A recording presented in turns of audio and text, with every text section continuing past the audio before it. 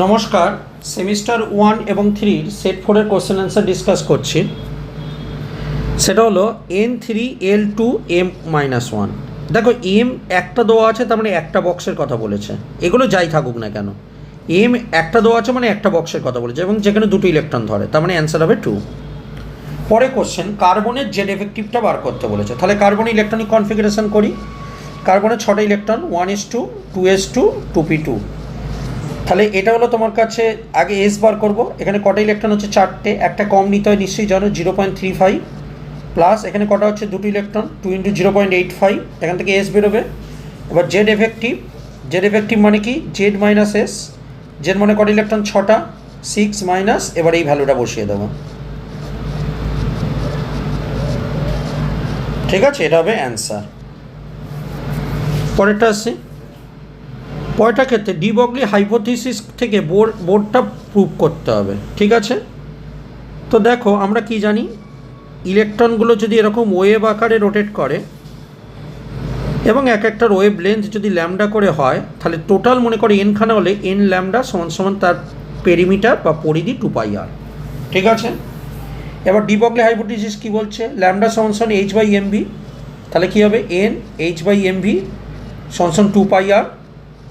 তার মানে mvr সমান সমান nh/2π। এটা হলো বোর থিওরি। ওকে, পরে কোশ্চেনটা আসছে। পরে কোশ্চেনটা বলেছে অরবিটালের এনার্জি কম্পেয়ার করতে বলেছে। দেখো প্রথমে আমাকে কি দেখতে হয়? n প্লাস এল এর ভ্যালু। তাহলে দেখো 4 আছে, তার মানে 4 প্লাস এল এর ভ্যালু কত হবে? ডি অরবিটালের জন্য 2 মানে 6। এটা 4 প্লাস এফ অরবিটালের জন্য 3 মানে হচ্ছে 7। তার মানে 4f এর ক্ষেত্রে বেশি হবে 4d এর থেকে এনার্জি। পরে কোশ্চেন ডেল্টা এক্স এর ভ্যালু বলেছে, ডেল্টা ভি এর ভ্যালু কত? আনসার্টেনটি প্রিন্সিপাল থেকে বলতে বলেছে। ঠিক আছে, তাহলে আনসার্টেনটি প্রিন্সিপাল কি বলছে? ডেল্টা এক্স এবং ডেল্টা ভি এর রিলেশনটা কি? তার মানে delta x delta V h/4π।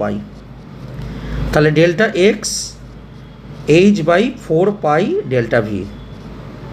H এর ভ্যালু কত? 6.626 10⁻⁻34। 4 পাই এর ভ্যালু কত? 22/7। সরি, ডেল্টা ভি বার করতে বলেছে। হ্যাঁ, ডেল্টা ভি থাকবে, এটা হবে ডেল্টা এক্স। ডেল্টা এক্সের ভ্যালু কত? 0.2। এটা বসিয়ে দিলেই অ্যান্সারটা বেরিয়ে যাবে। তারপরে হচ্ছে ড্র রেডিয়াল ডিস্ট্রিবিউশন ফাংশন। আগে নোট কতগুলো আছে দেখে নিই। n-l-1। তাহলে n মানে কত? 2। 2 মাইনাস পি এর জন্য এল এর ভ্যালু কত হয়? 1 মাইনাস 1 মানে 0। একটাও নোট নেই। তার মানে এটা যদি আর হয়, তার মানে এটা কী হবে? এই গ্রাফটা এরকম থাকবে।